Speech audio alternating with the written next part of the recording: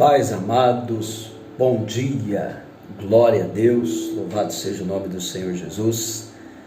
Você que está me vendo agora pela manhã, estou gravando essa videoaula para você agora pela manhã, né? Você que vai ver a aula à noite ou à tarde, que a bênção de Deus, a graça do Senhor Jesus esteja sobre você, aleluia, glória a Deus. Você que é aluno aí do Instituto, você que está aí nos ouvindo, né, pelo YouTube, você que está sendo abençoado, né, procurando aí uma palavra, mas para você do Instituto Guerreiro, homem de Deus, mulher de Deus, que tem buscado conhecimento, né, buscado conhecimento para a sua fé.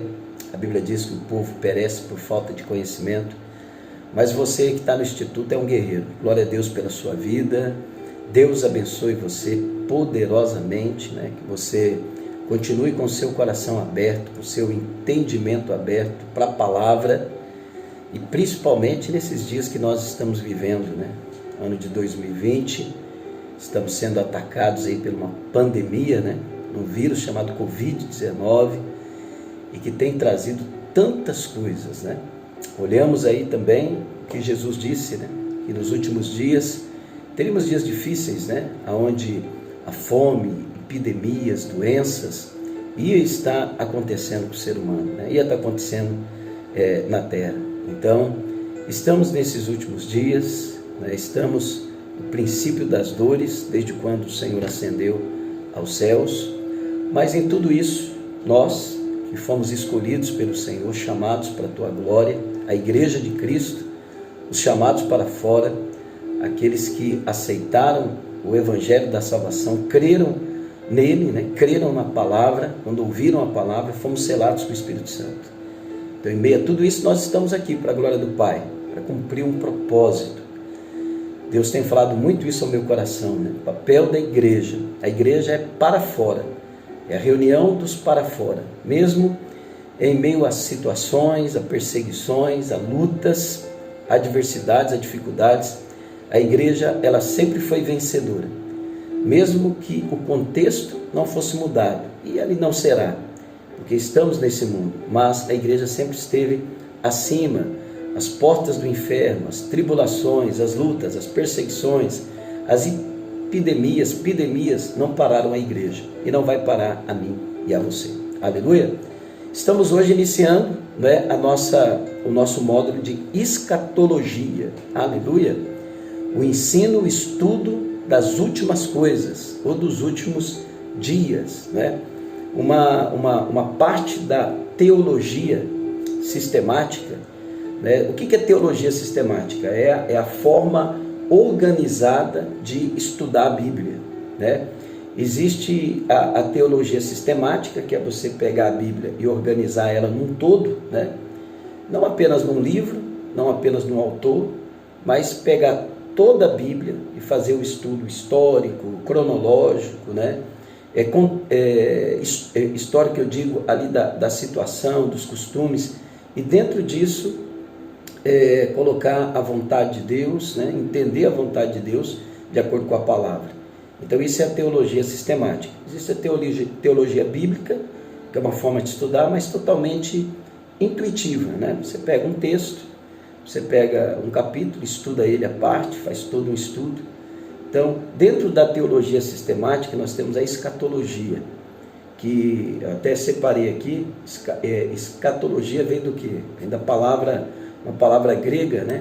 Escato, que significa último. Então, sempre quando você vê alguma coisa na Bíblia, a maior parte é do grego, né? Todo o Novo Testamento foi escrito no grego. Então, escatologia deriva de escatos, que é uma palavra grega, que significa último, e logos, que significa palavra. Mas essa palavra, ela tem um acréscimo do sufixo português, logia, então significa ciência ou doutrina. A escatologia é estudo das últimas coisas, dos últimos dias. E o que nós vamos trabalhar aqui, não é? Nessas videoaulas? Nós vamos conhecer sobre as últimas coisas, sobre a vinda de Jesus, vamos discutir não sobre especificamente, mas algumas situações antes do arrebatamento, como será o arrebatamento, né? Vamos trabalhar sobre a perseguição dos cristãos, que os cristãos são perseguidos. A igreja está sendo perseguida desde o começo dela, quando ela começou ali em Atos. Então, a igreja, nós agora lendo esses dias as cartas de Paulo, né, começamos lá em Gálatas e agora estamos em 1 Tessalonicenses. Quando a gente vai estudar o estudo bíblico, né, você vai ver que cada igreja teve a sua perseguição, umas mais, outras menos, mas elas sempre estavam no contexto de perseguição. Por quê? A igreja é a luz do mundo. É como você acender uma lâmpada na escuridão, né? Os insetos, eles vão procurar aquela lâmpada, eles vão contra aquela lâmpada. Então o mundo, né, o diabo, os demônios, as pessoas que não têm Jesus, consciente ou inconscientemente, eles vão contra a igreja.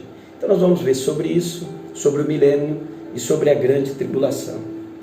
E a escatologia, ela tem algumas particularidades que ela trata. A escatologia geral envolve a igreja, envolve o mundo, o fim de todas as coisas.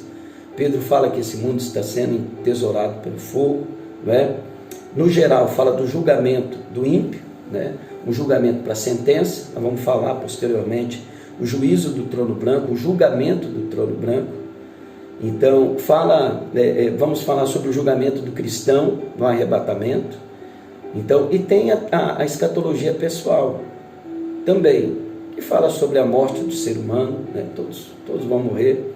A morte, ela foi vencida por Jesus, né? Nós vamos experimentar o resultado dessa vitória. Então, tudo isso nós vamos trabalhar dentro da escatologia, né? Agora, eu quero pedir para você ter um certo cuidado, por mais que você pesquisa, a gente coloca sempre o resumo, né? No final de cada aula, a gente pede para você fazer um resumo e vamos manter essa metodologia nessa matéria. Tome muito cuidado, porque escatologia, dentro da teologia, é a matéria mais, poderia-se dizer, que as pessoas mais tentam interpretar dentro da sua cosmovisão ou de uma cosmovisão de outra pessoa, então gera várias interpretações. Porque a escatologia, ela tem alguns pensamentos que ela encontra a base bíblica, né? E dependendo da sua interpretação, nós temos aí, podemos falar sobre o arrebatamento, né? O arrebatamento é um fato, mas ele vai acontecer antes da tribulação, no momento da grande tribulação, ou depois da grande tribulação. Então, nós somos pré-tribulacionistas, o arrebatamento acontece antes da tribulação, nós vamos falar isso, mas nós vamos mostrar as outras linhas de pensamento. Por quê? Você como um discípulo de Cristo, você como um diácono, como um líder de célula, como um intercessor, levita, você tem que entender também as outras linhas de pensamento, para você, não vou dizer defender a sua, mas entender o que você crê. Isso é muito importante. Então, tome cuidado quando você for pesquisar, para que você não abra muito o leque, né? E hoje, com a internet, a gente tem uma facilidade muito grande de obter informação, mas às vezes nos falta sabedoria para usar essas informações, né?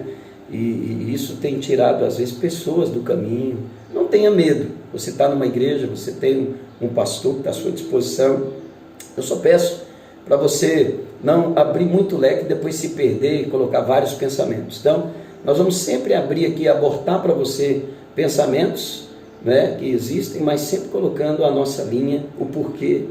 Então, nós falamos isso desde o princípio, amém? Então, escatologia é isso. Vamos aprender muita coisa, não tenha medo, não se assuste, tudo tranquilo, a Bíblia tem a resposta para tudo.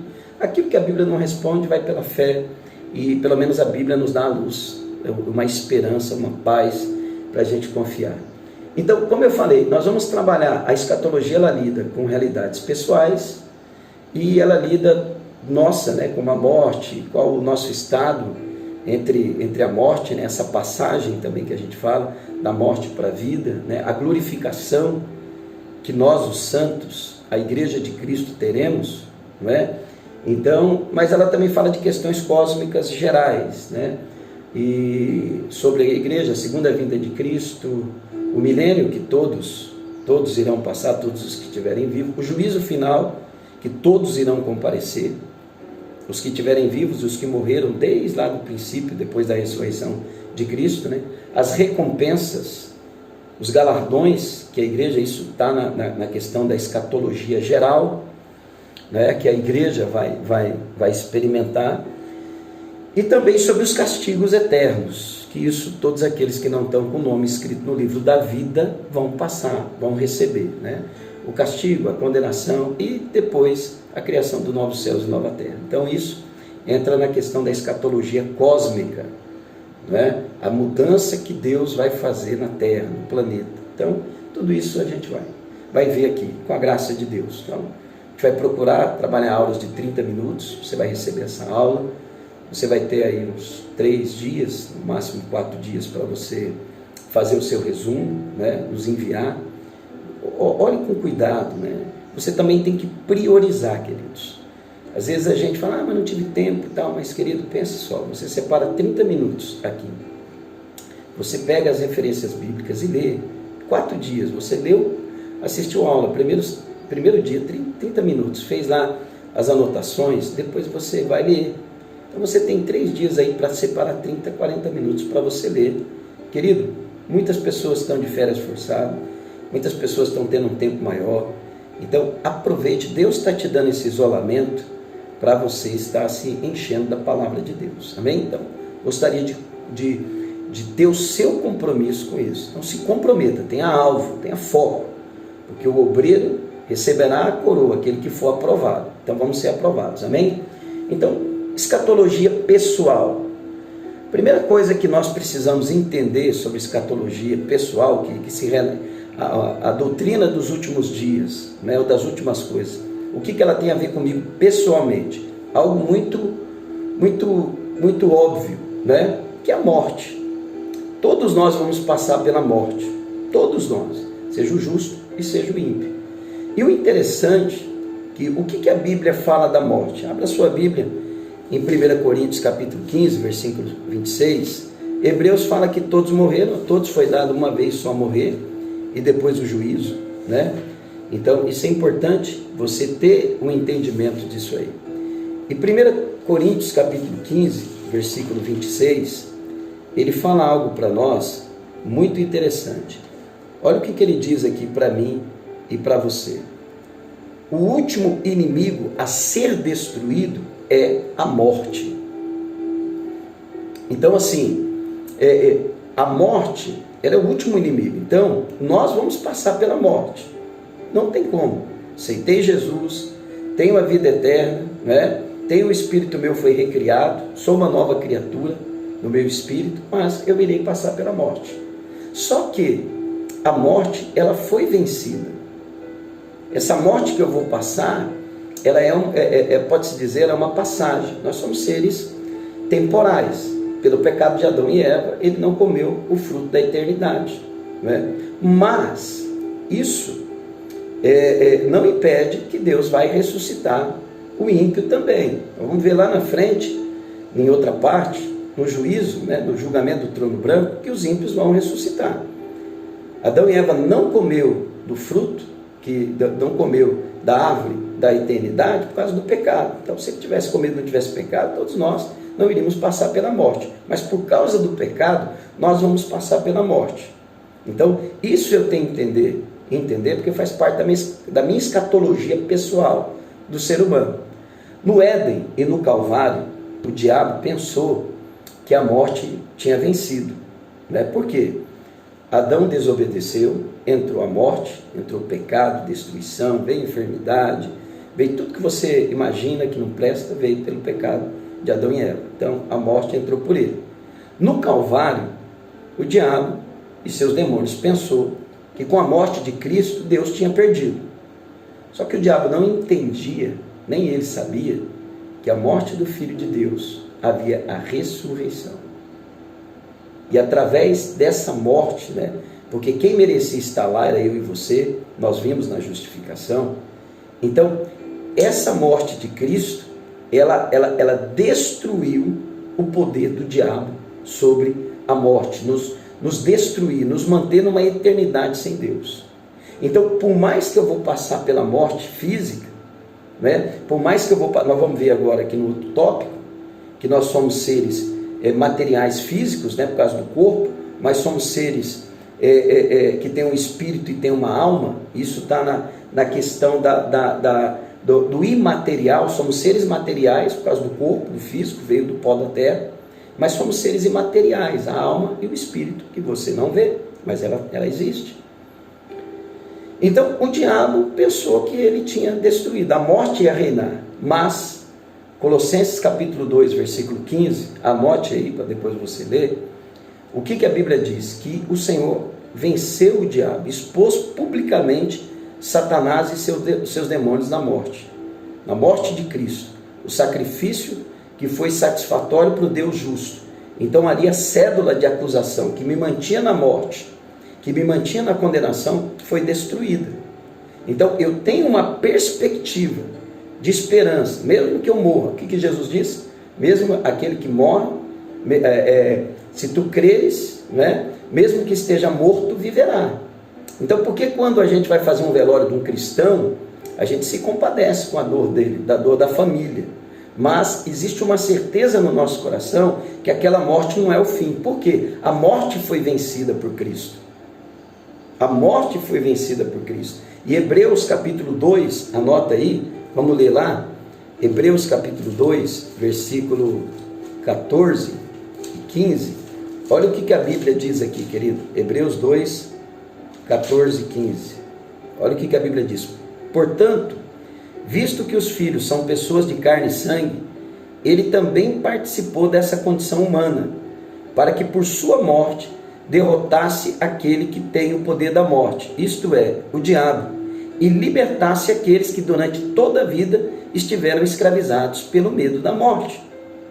Então, pela sua morte, Deus derrotou quem tem o poder da morte. E por que o diabo tem o poder da morte? Por causa do pecado. O pecado, né? Olha o que Paulo diz aqui. Então anota aí, Hebreus capítulo 2, versículo 14 e 15. Jesus derrotou aquele que tinha o poder da morte. Ele se tornou participante como homem para nos libertar do medo da morte. Porque ele venceu a morte. E olha o que Paulo diz novamente em 1 Coríntios capítulo 15, versículos 54 e 56. Olha o que ele fala. Quando, porém, o que é corruptível se revestir de incorruptibilidade, e o que é mortal de imortalidade, então se cumprirá a palavra que está escrita. A morte foi destruída pela vitória. A vitória de quem? De Cristo, que Hebreus fala. Onde está a morte, a sua vitória? Onde está a morte, o seu aguilhão? O aguilhão da morte é o pecado, e a força do pecado é a lei, mas graças a Deus que nos dá a vitória por meio de nosso Senhor Jesus Cristo. Então, o aguilhão, né, que ele está dizendo da morte é o pecado. Então, o pecado que me prende na morte, que me faz morrer. Mas Cristo, ele venceu o pecado. Então, com essa vitória de Cristo, eu serei ressuscitado. Sou corruptível. O pecado me corrompeu meu corpo, minha alma, matou meu espírito, né? Mas, na ressurreição, eu receberei a incorruptibilidade. No encontro, quando eu for encontrar Cristo nas nuvens, quando nós formos encontrar Cristo nas nuvens, já estaremos revestidos dessa incorruptibilidade. Um corpo incorruptível, seremos totalmente transformados. Totalmente. Então, essa é a vitória de Cristo.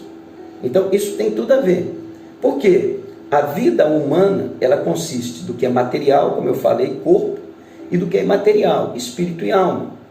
Isso está onde? 1 Tessalonicenses 5, 23. O salário do pecado é a morte. Adão morreu espiritualmente, não é? Ele era controlado pelo espírito. Ele era controlado pelo espírito dele. Mas quando Eva cedeu às tentações de Satanás, a sua vontade superou o espírito. Com isso o espírito o quê? Morreu.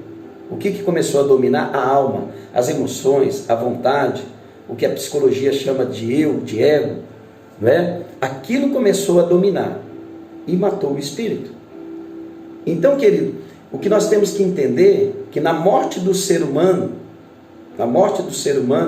Eclesiastes capítulo 2, versículo 7 diz que na morte do ser humano, todo ser humano, o espírito volta para Deus. E o que é o espírito no grego? É ruach, que significa sopro e fôlego. alguns dizem a alma, né? Então, quando o ser humano morre, o espírito volta para Deus, a vida volta para Deus, não é?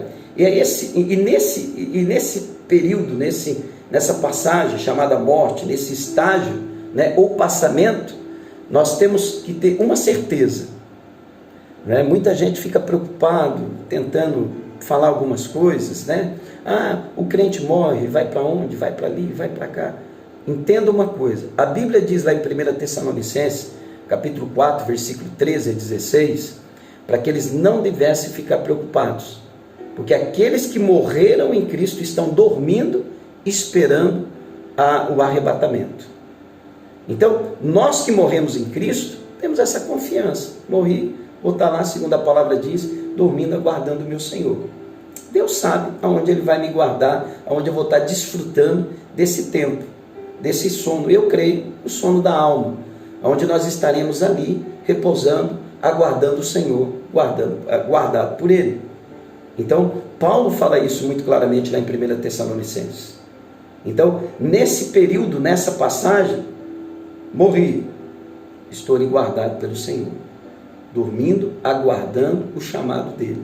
Os ímpios é diferente, o ímpio está aguardando o julgamento. Deus está ali, ele está guardado, ele está esperando o julgamento. Apocalipse capítulo 20, do versículo 11 e 15 diz, lá quando o trono branco foi instituído, né, todos aqueles que não têm o nome escrito no livro da vida, seja pobre, rico, pequeno ou grande, que morreram, seus corpos foram entregues ao mar, à floresta, enterrados, não importa, todos estes que morreram, não é, ressuscitarão. Então não existe isso, morreu, acabou, né? Tem muita gente que fala por aí isso, né? Que nós vamos ver sobre a questão amilenista, que não crê no milênio. Eles creem que Satanás está preso e que está tudo por aí, que não tem julgamento, então fica tudo quieto por aí. Então não, querido, tanto o justo está no Senhor, né? Como a palavra de Deus diz, lá dormindo, aguardando o chamado do Senhor, como o ímpio também está lá, dormindo, aguardando o seu julgamento. Então isso é bem claro. É perigoso perdermos tempo onde as pessoas ficam, ele está ali, está no Hades, está não sei aonde. Querido, a Bíblia ela é bem clara no que ela coloca. Então vamos ficar aí no que a Bíblia está dizendo. Mas isso é indispensável entender, não é? Que todos comparecerão, todos os que morreram ressuscitarão. É a escatologia pessoal, é o ensino das últimas coisas, ok? E na escatologia geral, o que é a escatologia geral? Nós vamos trabalhar aqui na escatologia geral, no primeiro passo, a volta de Cristo.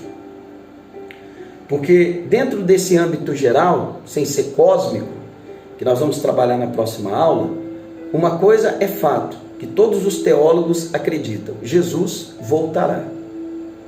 Jesus vai voltar. Todos os estudantes da Bíblia, sério, cristãos, homens e mulheres de Deus, eles confirmam isso. E a gente pega isso, você pode pegar Marcos capítulo 1, do versículo 1 até o 31, a parábola dos dois servos, Mateus 24, você pega do 45, 51, da parábola das 10 virgens, do versículo 1 a 13, está tudo em Mateus 25, a parábola dos talentos, Mateus 25, 14 e 30. Então, em Mateus 25, você tem essa afirmação, e outros textos bíblicos, Tessalonicenses e tal, que Jesus voltará. Isso é uma regra. Eu sempre tenho dito, é triste que com o passar do tempo muitos já não estão acreditando mais, mas a Bíblia é clara. Dentro da teologia existem diferentes opiniões sobre quando, né? Como, quais são os sinais dessa vinda. Então, é isso que nós vamos discutir um pouco. Então, existe a opinião da maioria dos sérios, dos de Deus, que Jesus voltará. Então, assim, as opiniões são diferentes ao quê? Ao seu retorno. Os eventos do fim, a grande tribulação, o milênio, o futuro de Israel e as dispensações ou aliança de Deus. Não é? Então, o que nós vamos trabalhar aqui, o que há, não vou dizer dúvida, mas há interpretações diferentes, segundo a Bíblia, é o que nós vamos trabalhar. Mas uma coisa é fato, Jesus vai voltar. Então, dentro dessa questão, que Jesus vai voltar, e que eu quero falar aqui nessa aula, para a gente finalizar, a primeira coisa foi a escatologia pessoal, viu? Anote aí para você fazer o resumo, dá uma lida lá depois. A segunda é sobre essa escatologia geral, da volta de Cristo. A segunda vinda de Cristo tem dois eventos muito interessantes, que é o arrebatamento, que ele vem como noivo, e depois como ele vem como rei, instituir o milênio. Então, dentro da segunda volta de Cristo, nós temos que ter uma visão bem clara, e são situações bem distintas. Segunda volta de Cristo, primeiro ele vem no arrebatamento, né? Que você vai pegar lá, esse arrebatamento é o noivo vindo buscar a noiva. E por que nós acreditamos isso? Efésios 5, 22. Efésios capítulo 5, do versículo 22 a 28. Que assim como Cristo ama a sua igreja, o esposo tem que amar a sua esposa. Assim como Cristo cuida, como o esposo cuida da sua igreja. Então, ele vem buscar. 1 Tessalonicenses, capítulo 4, versículo 16 e 18, fala desse arrebatamento. E Apocalipse, capítulo 19, versículo 6, fala desse arrebatamento, que é as bodas. Então, a segunda vinda de Cristo, ela vem nesse contexto. Só a igreja vai participar. Só a noiva de Cristo, só a igreja vai ouvir. E ele não colocará os pés aqui na terra. Ele colocará depois no milênio. A igreja encontra com ele nas nuvens. Nas nuvens.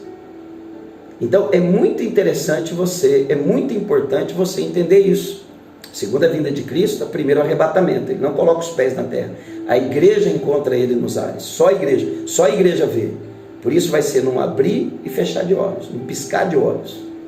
Por isso que nós temos que entender, tanta coisa estão falando agora de outros seres, de outros planetas. Então eu creio que isso aí tem a ver com arrebatamento, esse povo que vai sumir. Entendeu? E Apocalipse 19,6 ele fala das bodas do Cordeiro, o encontro do noivo com a noiva. E Mateus 25,13, da parábola das 10 virgens, Jesus usa essa parábola para mostrar que ele está vindo, o noivo, que é ele, vai vir buscar a sua noiva. Então lá existia 5 prudentes e 5 imprudentes. 5 que tinha azeite na botija, que tinha reserva, e 5 que não tinha. Então isso é muito claro, tá? Então a segunda vinda de Cristo, a primeira é o arrebatamento. A segunda, qual é? É aonde ele vem como rei. Aonde ele vem como rei.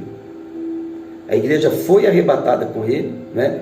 Aqui passou a tribulação, a grande tribulação, os 7 anos, não é? Dividido em 2 partes, depois a gente vai falar sobre isso, mas no final, Jesus vem, né? Jesus vem, aqueles que passaram pela grande tribulação, que creram, que não receberam o sinal da besta, ressuscitarão, e junto conosco, que estaremos com Cristo, a igreja, reinaremos com Cristo por 1000 anos. Então isso é o tempo da glorificação e da manifestação que Tito fala, Tito capítulo 2, versículo 13, e que Apocalipse capítulo 20, versículo 1 ao 6 fala. Então, é muito importante nós entendermos isso, né? Essas são princípios básicos da escatologia.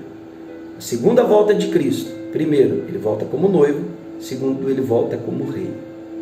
Tá? Então, eu te dei essas 2 referências bíblicas sobre Cristo voltar como rei. Você pode pesquisar um pouco mais.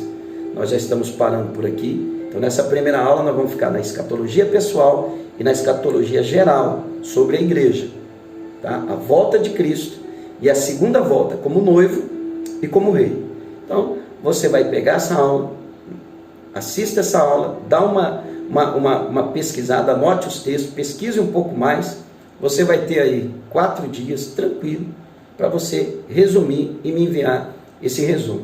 E concluindo, não existe dúvidas, né, para nenhuma pessoa que lê a Bíblia sobre a morte do ser humano, sobre o juízo, né, até a consciência do ser humano mostra, né, no início, apesar que depois o ser humano vai cauterizando a sua consciência, sobre a morte, né? Então isso é fato para todos. E uma pessoa que tem o Espírito Santo, ela vai entender sobre a salvação e o arrebatamento. Então, são coisas claras na Bíblia.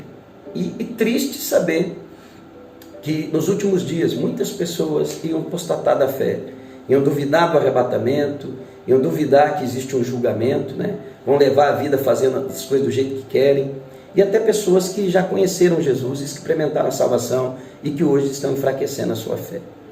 Então, querido, é como Paulo diz lá em Hebreus capítulo 6, se eu não me engano, não é isso que Deus espera de mim e de você. Deus espera coisas melhores da nossa salvação. Então, se fortaleça, foca.